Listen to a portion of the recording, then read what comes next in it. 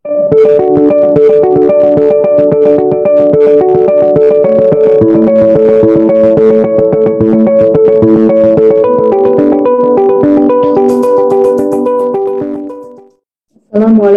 warahmatullahi wabarakatuh. Selamat siang para sahabat GTK yang telah hadir di Zoom dan streaming kanal YouTube.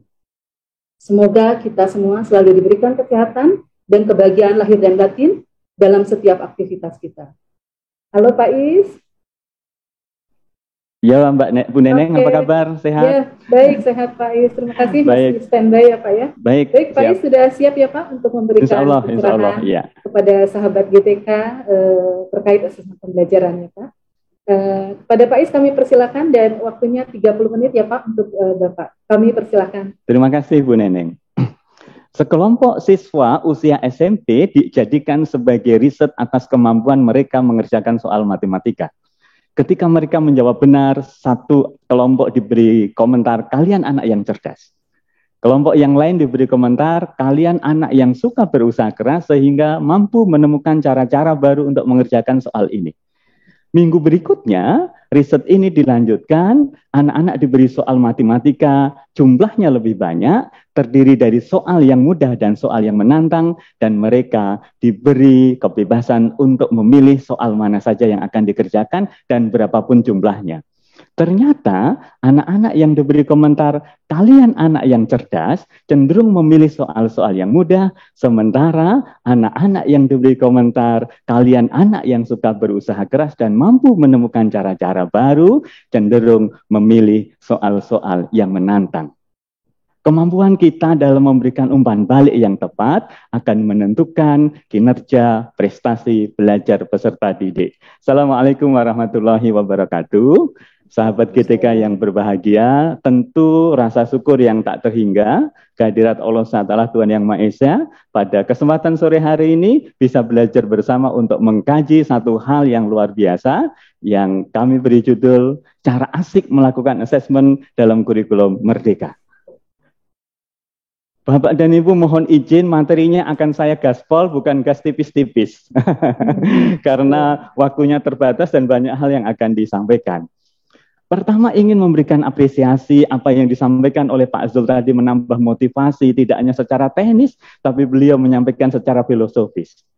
Pak Win menyampaikan praktek baik yang sudah diterapkan dan bagaimana mengkombinasikan antara asesmen awal, asesmen formatif dan sumatif dan terlihat betul bagaimana perjalanan anak-anak dalam belajar.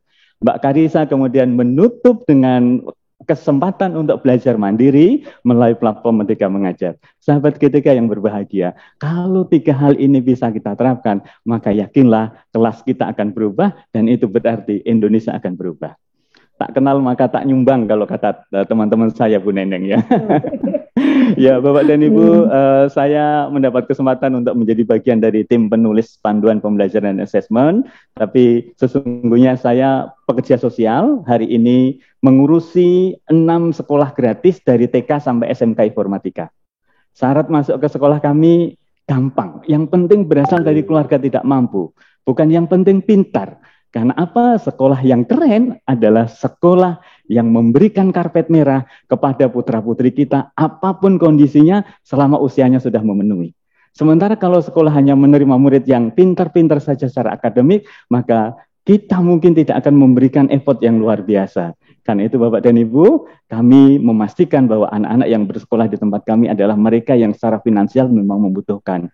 Diberi kesempatan juga Bapak dan Ibu untuk mengelola pusat terapi autis, khusus bagi saudara-saudara kami yang betul-betul oleh lingkungannya sudah tidak punya masa depan. Tapi prinsip kami sama dengan Pak Zul, tidak ada yang gagal dalam produk Allah SWT Tuhan Yang Maha Esa. Maka dengan pembelajaran yang sedikit demi sedikit, dengan asesmen yang perlahan, kita pun mudah-mudahan bisa menemukan potensi-potensi yang hebat dari putra-putri kita. Bapak dan Ibu, saya sering diberi kesempatan untuk berbicara dengan Bapak dan Ibu guru dan hari ini saya mendapat kesempatan untuk memberikan diskusi bersama dengan Bapak, meyakinkan bahwa asesmen dalam kurikulum Merdeka itu asik. Boleh next slide Mas Lutfi. Nah, penilaian atau asesmen Bapak dan Ibu istilahnya atau keduanya. Dari sisi nomenklatur, dari sisi perundang-undangan, penilaian lebih pas untuk digunakan. Dalam kurikulum Merdeka Belajar, Ibu Bapak, kita lebih ingin mengarus utamakan, membiasakan dan menggunakan istilah assessment. Bu Neneng, Mas Lutfi, mohon boleh dibuka chat room-nya. Kira-kira Bapak dan Ibu, apa makna dari perbedaan dua istilah itu? Silakan boleh dituliskan di chat Bapak dan Ibu sekalian. Penilaian bisa kita asumsikan atau kita konotasikan dengan apa dan assessment bermakna apa? Bapak dan Ibu boleh menuliskan di chat. Ya, terima kasih Bapak dan Ibu. Saya senang dengan jawaban Bapak dan Ibu. Keduanya Pak Is. Saya senang Pak Is bahwa penilaian itu Pak Is sering dimaknai kita hanya mengambil nilai akhir sehingga itu menjadi justifikasi yang tadi sempat diingatkan oleh Mbak Jul dan Pak Zul bicara assessment, maka sungguh Pak Is itu harus dimaknai sebagai sebuah proses yang berkelanjutan untuk memastikan anak-anak mencapai kinerja belajar yang terbaik. Terima kasih Mas Lutfi, chatnya boleh ditutup kembali. Ibu Bapak yang saya hormati, paradigma ini penting. Tadi Bu Neneng juga menyampaikan, Pak Zul juga menyampaikan, Pak Win menyampaikan, Mbak Risa menyampaikan bahwa penting untuk mengubah paradigma kita memaknai assessment tidak untuk didik, tapi merekam kebutuhan dan dengan itu kita memberi. Sahabat GTK yang berbahagia, mohon kembali menuliskan di chat, berapakah nilai tepuk tangan saya? Silakan Mas Lutfi, chat nomor 100, 10, 85, 70, 100. Baik, boleh ditutup kembali. Bapak dan Ibu, pertanyaannya, apakah tepuk tangan saya bisa dinilai? Tidak, teman-teman. Tidak, teman-teman. Karena apa? Tujuannya tidak jelas dan tidak ada kriteria yang kita gunakan untuk menilai hasil belajar peserta didik. Karena itulah Bapak dan Ibu, mohon izin, assessment harus dilengkapi dengan data yang memadai,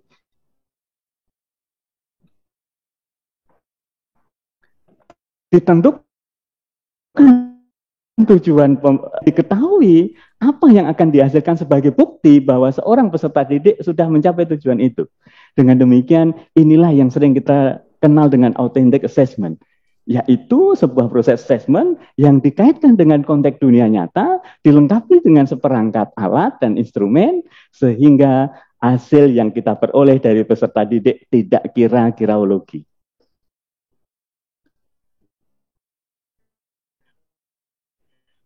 Mengapa saya dan teman-teman kemudian ingin mendorong kita semua untuk membuat assessment ini menjadi hal yang asik? Silakan Mas Lutfi. Satu, Bapak dan Ibu. Sebagai Mbak Karisa tadi sampaikan, boleh lanjut Mas Lutfi, bahwa capaian pembelajaran, berikutnya, capaian pembelajaran dalam rupa sehingga 3 aspek yang kita kenal dalam kurikulum 2013, yaitu sikap, pengetahuan, dan keterampilan sudah terintegrasi.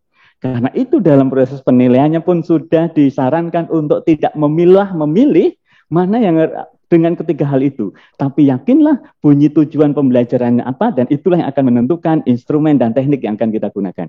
Jadi sekarang sudah tidak dipilih lagi ya Bapak, atau dipilah lagi ya Bapak, tapi sepenuhnya dilakukan dengan holistik. Karena itulah Bapak dan Ibu, maka assessment dalam kurikulum Merdeka pasti akan lebih sederhana. Dan ketika itu lebih sederhana, ditandai dengan berkurangnya beban administratif. Dan yang tidak kalah penting, kurikulum Merdeka memberikan kemerdekaan pada sahabat-sahabat GTK yang berbahagia, agar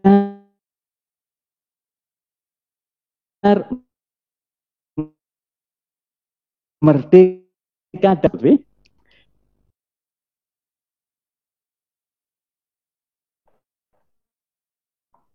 dan instrumen yang akan digunakan, apakah kemudian ini bisa kita maknai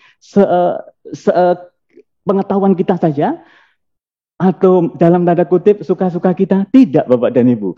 Ada kuncian-kunciannya yang kemudian harus membatasi kita, sehingga kemerdekaan dan keleluasaan itu betul-betul menunjukkan pada upaya kita untuk meraih efektivitas dalam assessment.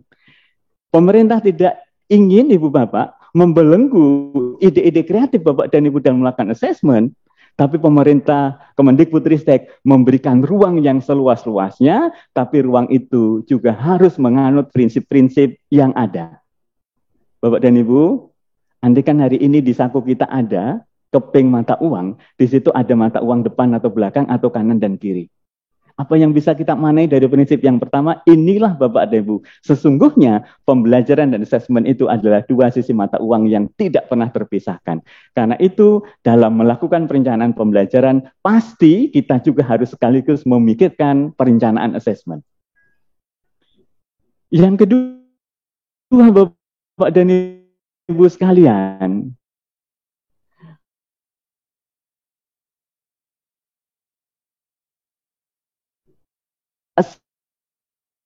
asesmen pasti Ibu Bapak teknik, waktu, dan hal lain akan menyesuaikan.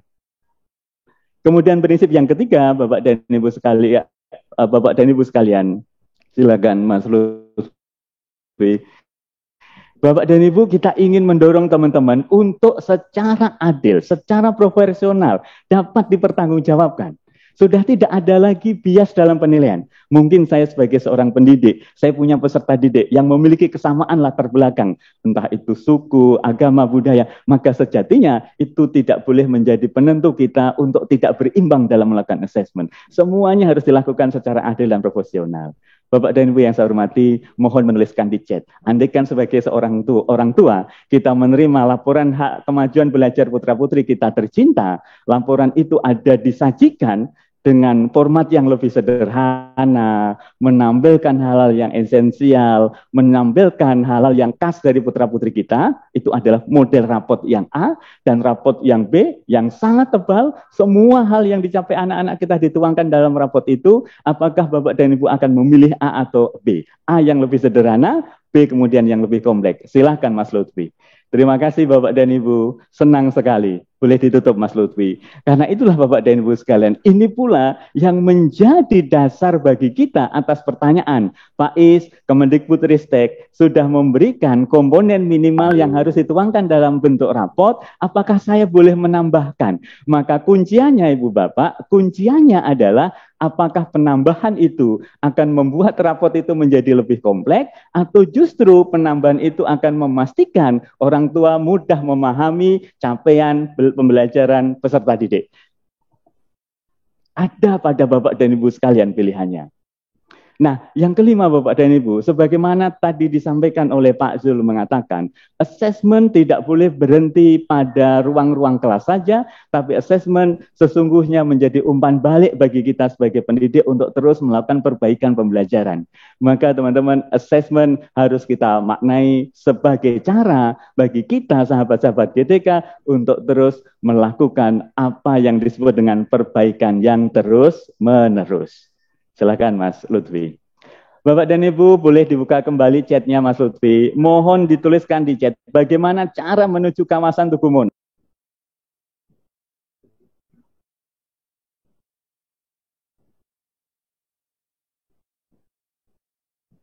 Terima kasih Bapak dan Ibu. Boleh ditutup kembali Mas Lutfi. Naik bis Pak Is, naik kereta Pak Is, naik pesawat. Sahabat ketika yang berbahagia, kenapa tidak ada yang mengajukan pertanyaan, Pak Is berangkatnya dari mana? Bisa jadi berangkatnya bukan dari luar pulau, Bapak dan Ibu. Bisa jadi berangkatnya bukan dari Jakarta, tapi berangkatnya dari stasiun Gambir, sehingga untuk menuju kawasan Tugu Monas tidak perlu tak pakai transportasi apapun, tapi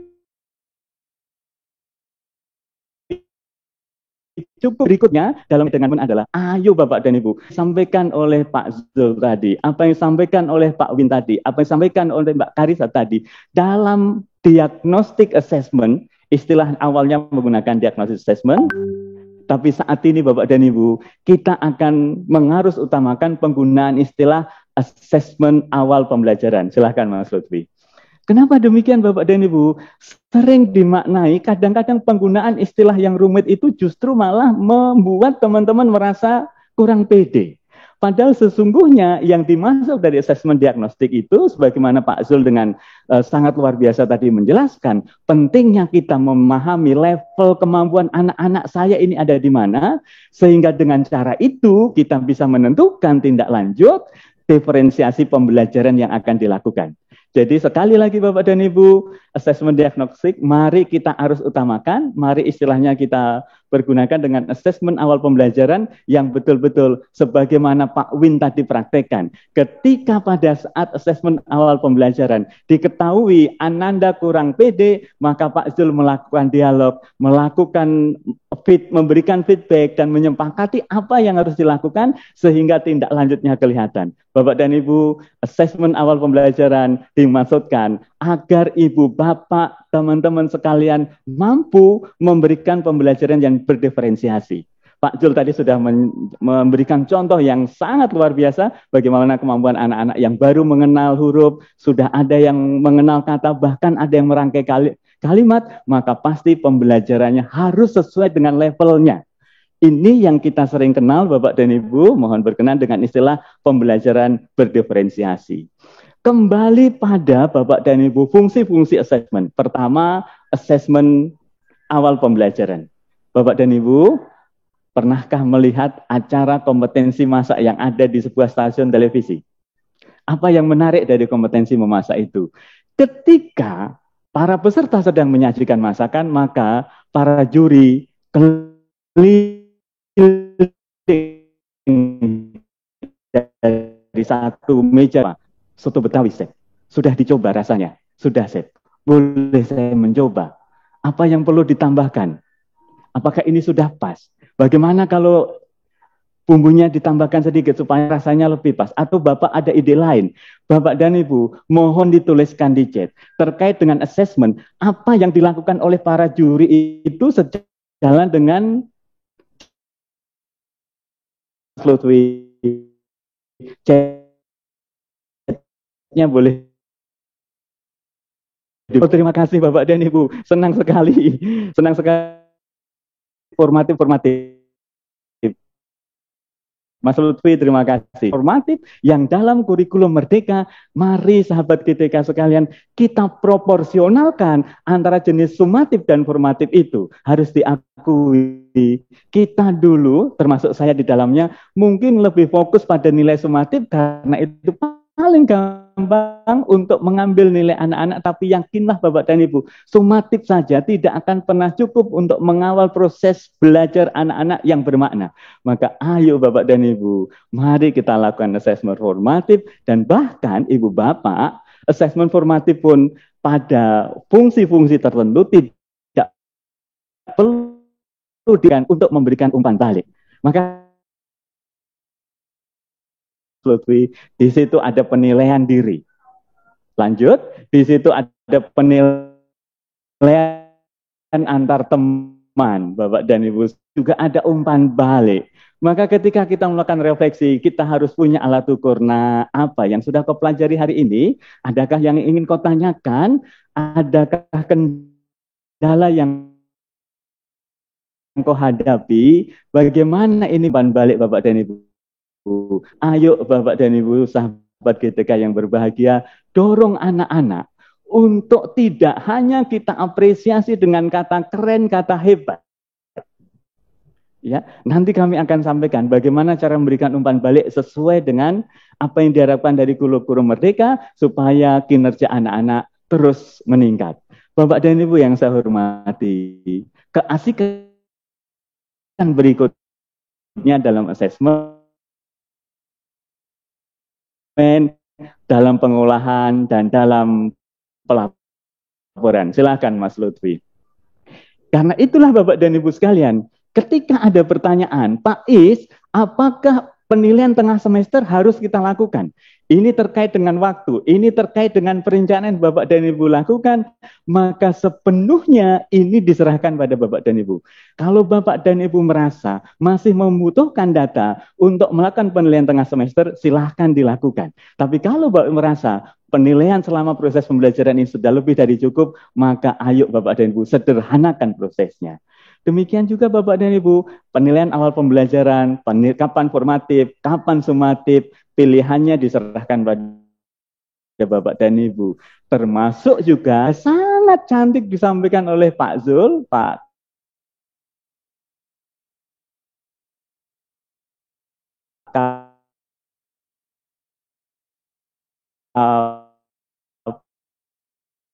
kurs dengan mempraktikkan sesuatu, dengan menghasilkan produk, bahkan dengan portofolio anak-anak pun itu sesungguhnya bisa menjadi instrumen atau teknik yang bisa menguatkan sampai di manakah tujuan pembelajaran itu sudah dicapai oleh peserta didik. Demikian juga Bapak dan Ibu, dalam hal pengolahan, panduannya memberikan satu nilai akhir yang akan digunakan adalah nilai sumatif. Sementara itu, hasil dari catatan kita, hasil pengamatan kita selama proses formatif, itulah nanti yang akan dijadikan sebagai bahan dalam menentukan deskripsi. Demikian juga dalam pelaporan Bapak dan Ibu.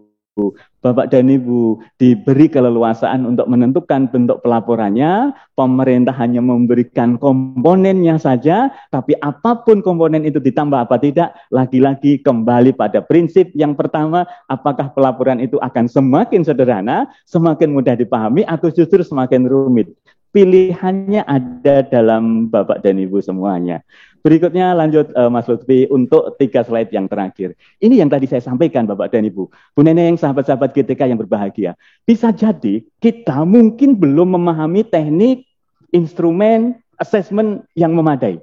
Tapi sungguh Bapak dan Ibu, kalau kita mampu memberikan umpan balik dengan cara yang tepat bagi peserta didik, maka kinerja belajar anak-anak pasti akan meningkat. Mohon berkenan Bapak dan Ibu, tidak sebatas memberikan keren, luar biasa, excellent, tapi ayo Bapak dan Ibu, gunakan tangga umpan balik. Anak-anak menyajikan poster setelah proses formatif, hasil sumatifnya dikumpulkan. Maka mari kita klarifikasi. Nah, apakah poster ini akan menunjukkan pentingnya menjaga protokol kesehatan? Mulai dari bawah klarifikasi. Kemudian berikan penilaiannya. Bapak melihat pilihan gambar dan judulnya sangat sesuai. Kemudian naik berikutnya, berikan perhatian. Apakah bisa ditambahkan? Kira-kira ketika kau menggunakan kata-kata kunci agar 5M dalam protokol kesehatan itu bisa tergambar, sepertinya akan lebih bagus. Langsung masuk pada saran. Seandainya kegiatan ini akan kita ulangi pada lain kesempatan, apa yang akan kau tingkatkan? Dan yang terakhir Bapak dan Ibu, kuncilah dengan apresiasi yang menunjukkan pentingnya melakukan usaha yang sungguh-sungguh. Bapak senang, posternya dikumpulkan tepat waktu, dikerjakan dengan rapi, dan pasti, kunciannya ada di sini, ayah dan bunda sahabat-sahabat GTK. Kunciannya ada di sini. Bapak yakin, Ananda pasti sangat sungguh-sungguh untuk mengerjakan aktivitas ini. Usaha yang sungguh-sungguh, ini bagian dari upaya anak-anak untuk terus memiliki apa yang disebut dengan pola pikir bertumbuh. Bapak dan Ibu yang saya hormati, berikutnya 2 slide yang terakhir, silahkan Mas Lutfi. Bapak dan Ibu, silahkan menuliskan di chat, tambahkan 1 garis miring, sehingga penjumlahan ini benar. Di manakah Bapak dan Ibu garis miring ini akan Bapak dan Ibu letakkan? Silahkan Mas Lutfi, chatnya boleh dibuka, waktu berpikirnya 1 menit. 3 menit ke depan saya akan mengakhiri materi ini Bapak dan Ibu. Terima kasih, boleh ditutup Mas Lutfi. Sebagai seorang pendidik, sahabat-sahabat GTK pasti tahu kunci jawabannya akan di mana. Kunci jawabannya di sini, silakan Mas Lutfi, boleh diklik Mas Lutfi. Iya, mohon izin tanda garis miringnya kurang ke atas sedikit. Maka teman-teman, tanda garis miring itu saya letakkan di tanda plus sehingga menjadi 545 ditambah 5 ditambah 5 sama dengan 55. Itu kunci yang saya pegang. Tapi kalau ada anak saya yang menjawab, Pak Is, mohon berkenan tanda garis miringnya ditarik atau ditaruh di tanda sama dengan. Inilah spesial momen Bapak dan Ibu. Inilah kesempatan saya untuk menjadikan bahkan teman-teman kesalahan dalam belajar itu sebagai cara kita untuk meningkatkan kompetensi anak-anak. Jawaban yang sangat baik itu. bolehkah kau cerita pada teman-temanmu bagaimana kau bisa menemukan ide agar garis miring itu diletakkan di tanda sama dengan? Keren apa keren Bapak dan Ibu? Luar biasa. Jadi ayo teman-teman, kesalahan dalam belajar, kesalahan dalam mengerjakan aktivitas, ketika itu kita komunikasikan, kita diskusikan dengan anak-anak dan kita carikan jalan keluar, pasti akan meningkatkan kemampuan berpikir peserta didik. Bapak dan Ibu, lanjut Mas Lutfi. Pak Is, kalau begitu, bagaimana ukuran untuk menilai ketercapaian tujuan pembelajaran itu? Masih adakah KKM? Ayah dan Bunda, sahabat-sahabat GTK yang berbahagia, dalam kurikulum Merdeka, istilah KKM tidak digunakan lagi, tapi digunakan kriteria ketercapaian tujuan pembelajaran. Sekali lagi, kriteria ketercapaian tujuan pembelajaran. Kenapa? Berkaca dari pengalaman sebelumnya, KKM itu selalu dikunci mati pada satu nilai kuantitatif 75, 80, 85. Sehingga energi kita habiskan untuk ngejar nilai itu, dan terkadang mohon maaf dengan segala kerendahan hati, kita justru sering mengabaikan pembelajaran bermakna. Karena itulah Bapak dan Ibu, kriteria ketercapaian tujuan pembelajaran bukan lagi angka kuantitatif, tapi seperangkat kriteria yang dapat memetakan pencapaian anak-anak atas tujuan pembelajaran.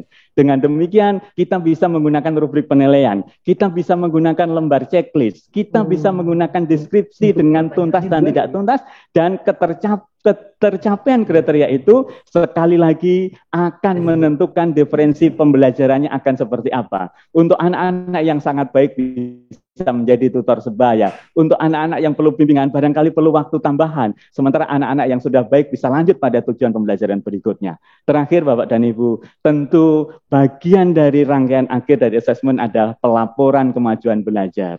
Ibu Bapak silakan Mas Lutfi. Laporan pembelajarannya masih kurang lebih sama dengan sebelumnya, yaitu ada bentuk raport, di mana, boleh berlanjut Mas Lutfi, rapotnya Bapak dan Ibu, sebagaimana kita sudah pahami, di situ ada nama mata pelajaran, kemudian ada nilai kuantitatif, ada deskripsi. Nanti apakah nilai kuantitatifnya dulu atau deskripsinya dulu, ini juga diserahkan pada Bapak dan Ibu, dan arahan Pak Zul tadi sangat baik. Bisa jadi nanti deskripsinya terlebih dahulu, di mana deskripsi itu menyajikan apa yang sudah baik, apa yang perlu ditingkatkan dari peserta didik, dan bagaimana cara meningkatkannya. Termasuk juga bentuk pelaporan lain yaitu konferensi, di mana ada kegiatan semacam diskusi antara murid, orang tua dan guru untuk menyampaikan pencapaiannya, dan rencana tidak lanjut, ada pameran karya dan ada portofolio. Yakinlah Bapak dan Ibu, asesmen itu asik ketika kita mampu mencari cara-cara yang terbaik, cara-cara yang tepat untuk memotret, bukan menjustifikasi pencapaian peserta didik kita bersama. Ke Kalimantan Beli Selasih, cukup sekian. Terima kasih. Terima kasih Bu Neneng. Terima kasih Pak Isoyo, luar biasa ya untuk paparan Bapak yang sangat lengkap dan komprehensif ya, sehingga tidak terasa 30 menit berlalu Pak, dan on time menyelesaikan paparan Bapak mengenai asesmen pembelajaran ini ya. Baik, izin Pak Is untuk saya menyimpulkan ya beberapa poin dari paparan yang telah Bapak sampaikan tadi ya, bahwa setiap anak memiliki karakteristik dan potensi untuk berkembang yang perlu kita fasilitasi dengan tepat sehingga potensi mereka berkembang dengan baik. Kemudian perubahan paradigma yang harus kita buat, bahwa asesmen bukan hanya sekedar melihat hasil dan menjustifikasi, tapi harus sebagai proses berkelanjutan untuk meningkatkan kompetensi murid-murid kita serta memberikan layanan yang berkualitas. Kemudian asesmen perlu dilaksanakan secara holistik dan bermakna dengan 5 prinsip yang tadi sudah dijelaskan Pak Is ya, terpadu, adil, proporsional, kemudian bisa memberikan laporan hasil belajar yang informatif dan menjadi bahan refleksi untuk peningkatan mutu pembelajaran. Kemudian asesmen awal perlu dilakukan untuk mendeskripsikan keadaan potensi peserta didik dan memberikan layanan yang sesuai bagi peserta didik. Dan terakhir dari saya kesimpulannya adalah bahwa asesmen sumatif dan formatif perlu dilakukan secara proporsional dengan beragam cara untuk melihat perkembangan peserta didik dan meningkatkan kompetensi mereka. Begitu Pak Is, dan izin untuk Pak Isoyo untuk tetap bersama kami hingga akhir acara ya Pak. Baik, Baik, terima kasih. Sahabat GTK yang kami banggakan, kita telah menyimak penjelasan dari para narasumber yang luar biasa. Ya, dan kini saatnya kita akan memasuki sesi tanya jawab. Kami telah mengkurasi pertanyaan-pertanyaan dari sahabat GTK yang telah masuk di kolom Q&A, dan kepada Bapak Ibu narasumber mohon kesediaan untuk dapat menjawab pertanyaan-pertanyaan dari sahabat GTK. Saya akan membacakan pertanyaan yang pertama ditujukan kepada Bapak Iswoyo, nanti dilanjut dengan pertanyaan untuk Mbak Hariza ya. Pertanyaan mohon Pak Iswoyo bisa menjawab dengan ringkas dan to the point ya Pak ya. Nah ini pertanyaannya dari Bapak Kasyadi SAG MPD dari SMA Negeri 1 Ngoro Mojokerto Jawa Timur. Ya. Pak Kasyadi bertanya, Pak Is, bagaimana strategi kita agar orang tua murid bila menerima buku rapor tidak hanya memperhatikan atau mementingkan nilai saja, ya, mementingkan nilai angka saja yang tertera di rapor, namun juga melihat kompetensi yang telah dicapai oleh peserta didik. Ya, kemudian pertanyaan kedua dari beliau, apa yang sebaiknya dilakukan oleh guru bila mana terjadi atau terdapat siswa yang belum tercapai capaian pembelajaran di fase sebelumnya? Apakah dilakukan remedial atau sesuai dengan kemampuan yang dikuasainya? Karena ini akan sangat mempengaruhi dengan asesmen yang hendak dilakukan. Silakan Pak Is untuk menjawab dengan ringkas dan to the point untuk kedua pertanyaan. Iya, terima kasih Mbak Neneng. Pertanyaan yang sangat baik sekali dari Pak Kasyadi untuk kita semua. Pak Kas, terima kasih banyak. Dari pusat pendidikan pasti itu adalah keluarga, orang tua, dan masyarakat. Karena itu kita tidak bisa berdiri sendiri. Sebuah transformasi pendidikan termasuk penerapan kurikulum merdeka ini, mohon berkenan Pak Kas, sahabat-sahabat GTK yang berbahagia, mari kita juga sosialisasikan kepada orang tua. Maka kegiatan parenting, kegiatan ketemuan dengan orang tua, kegiatan konferensi dengan orang tua, yang kemudian mengedukasi orang tua tercinta, bagaimana kurikulum baru ini akan diterapkan, dukungan-dukungan apa yang diperlukan, dan pada saat nanti menerima raport, maka mari juga Bapak dan Ibu, kalaulah boleh menyarankan Pak Kas, kita bikin prototipe raport, kemudian itu kita sampaikan kepada orang tua, kita simulasikan dalam kegiatan itu, dan kita dorong agar Bapak dan Ibu tidak terlalu terfokus hanya pada hal-hal yang angka, tapi pada kompetensi-kompetensi yang esensial. Maka dengan itu, dalam prototipe raport itu, mohon berkenan Pak Kas dan Bapak dan Ibu sekalian, mari kita sajikan kompetensi atau tujuan pembelajaran itu menjadi sesuatu yang mudah dipahami oleh orang tua, karena itu prinsip yang keempat tadi menjadi sangat penting. Laporan pembelajaran itu harus informatif, kita bikin prototipenya, kita bikin contohnya, kita sosialisasikan pada orang tua dan bagaimana cara membacanya. Sekaligus juga Bapak dan Ibu, nanti orang tua akan kita mintakan untuk memberikan umpan balik. Kalau raport semacam ini kira-kira menurut Bapak dan Ibu mudah dipahami atau belum? Atau ada masukan-masukan lain? Masukan apapun dapat kita akomodasi selama sejalan dengan 5 prinsip yang tadi sudah kita sampaikan. Pak Kas, kurikulum merdeka yang kita sepakati sebagaimana Pak Zul, Pak Win, dan Mbak Karisa tadi sampaikan, menganut prinsip belajar pada level yang sesuai dengan kemampuan anak-anak. Ketika anak-anak belum mencapai fase CP pada fase tertentu, dan kemudian Bapak dan Ibu, kalau diangkat ke atas itu justru malah menambah masalah baru, tidak ada salahnya sama sekali kemudian kita memberikan tindak lanjut yang berbeda. Fungsi remedial, fungsi pengulangan materi kembali, kemudian kita memberikan contoh-contoh yang lebih mudah, lebih realistik, sesuai dengan kemampuan anak-anak, ini menjadi bagian yang sangat penting, dan saya meyakinin betul Bapak dan Ibu, kalau toh dalam tahap awal menghadapi putra-putri kita yang belum mencapai dalam satu fase tertentu, kita sudah melakukan intervensi tapi belum berhasil, jangan berkecil hati, ini proses. Efektivitas kita akan sejalan dengan latihan kita untuk melakukan pembelajaran berdiferensiasi. Maka, betul kata Pak Kasyadi, fungsi remedial, tetap harus digunakan, dan juga berkenan kembali untuk melibatkan orang tua. Ketika seluruh upaya sudah kita lakukan dan belum membuahkan hasil, maka tidak ada salahnya kita juga menghubungi para ahli. Katakanlah mungkin kalau ada guru BK, mungkin sahabat-sahabat kita yang memiliki latar belakang psikologi, kemudian dilakukan assessment yang memberikan data apa sesungguhnya yang terjadi, karena sebaik-baik menyelesaikan masalah adalah ketika kita tahu akar masalahnya. Terima kasih Bu Neng. Baik, terima kasih luar biasa Pak Is atas jawaban yang telah diberikan. Sahabat GTK juga kami sarankan untuk memulai mengakses platform Merdeka Mengajar. Nah, untuk dokumen struktur kurikulum Merdeka di regulasi atau kebijakan, Bapak dan Ibu dapat mengakses laman kurikulum.kemdikbud.go.id di bagian unduhan dengan judul Kepmen Pemulihan Pembelajaran. Di laman tersebut nanti Bapak dan Ibu akan menemukan juga dokumen tentang asesmen pembelajaran untuk semua jenjang, kemudian panduan pembelajaran dan asesmen kurikulum operasional pendidikan, dan panduan proyek penguatan profil pelajar Pancasila. Dan sebagai informasi tambahan untuk sahabat GTK, pada bulan Mei ini kami telah mengupdate dokumen-dokumen dari panduan-panduan tersebut yang dapat segera diunduh ya untuk dipelajari. Baik, kepada Bapak Ibu narasumber, terima kasih banyak atas kesediaannya berbagi dan memberikan pencerahan kepada kami semua terkait kurikulum Merdeka, khususnya untuk asesmen pembelajaran.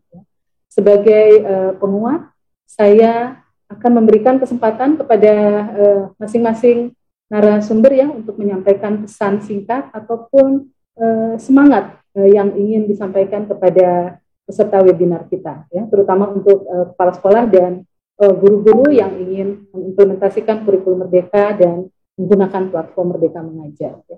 Saya persilakan pertama untuk Pak Iswoyo dulu, mohon memberikan pesan atau penguatan Pak kepada sahabat GTK, guru dan para kepala sekolah. Kami persilakan Pak Is. Pak Is, suaranya masih belum terdengar Pak. Baik, tentu merasa bahagia pada kesempatan sore hari ini berkesempatan belajar bersama dengan sahabat GTK. Satu kebanggaan tersendiri, mudah-mudahan ini menjadi jalan kita untuk terus saling menguatkan. Yakinlah Bapak dan Ibu, assessment adalah proses belajar, proses yang berkelanjutan, tidak hanya bagi peserta didik, tapi bagi kita sebagai pendidik. Mari terus belajar dengan tanpa henti, berkolaborasi, memanfaatkan praktek-praktek baik yang sudah disediakan oleh teman-teman, memanfaatkan panduan-panduan yang sudah disampaikan oleh Kemendikbudristek, dan kecanggihan teknologi dengan menggunakan platform Merdeka Mengajar. Sejalan dengan kesempatan dan motivasi kita untuk belajar, pasti kompetensi kita untuk melakukan asesmen akan meningkat, dan itu pasti akan meningkatkan prestasi belajar peserta didik. Dan kalau prestasi belajar peserta didik meningkat, yakinlah Indonesia pasti akan berjaya. Selamat untuk berproses, selamat untuk berkolaborasi. Terima kasih. Apresiasi setinggi-tingginya kita berikan kepada Pak Iswoyo, Mbak Hariza, dan Pak Windarmansyah. Ya. Semoga para narasumber kita selalu diberikan kesehatan dan keberkahan untuk bisa berkontribusi dalam transformasi pendidikan di Indonesia ke arah yang lebih baik. Bapak dan Ibu, sahabat GTK, saya ingin mengingatkan kembali bahwa webinar kali ini merupakan seri kelima dari rangkaian seri webinar yang diselenggarakan oleh Direktorat Jenderal Guru dan Tenaga Kependidikan Kemendikbudristek. Besar harapan kami agar Bapak dan Ibu, sahabat GTK, terus mengikuti seri-seri berikutnya untuk mendapatkan pemahaman yang lebih utuh mengenai kurikulum Merdeka. Bapak dan Ibu, sahabat GTK yang kami banggakan, usai sudah seluruh rangkaian kegiatan kita pada hari ini, terima kasih atas partisipasi Bapak dan Ibu semua dalam webinar implementasi kurikulum Merdeka dan platform Merdeka Mengajar seri 5 tentang asesmen pembelajaran. Mohon maaf atas segala kekurangan selama memandu acara pada hari ini. Mewakili tim yang bertugas, saya Naneng Kadaria, pamit undur diri, dan sampai jumpa lagi pada webinar seri berikutnya. Wassalamualaikum warahmatullahi wabarakatuh. Salam sejahtera.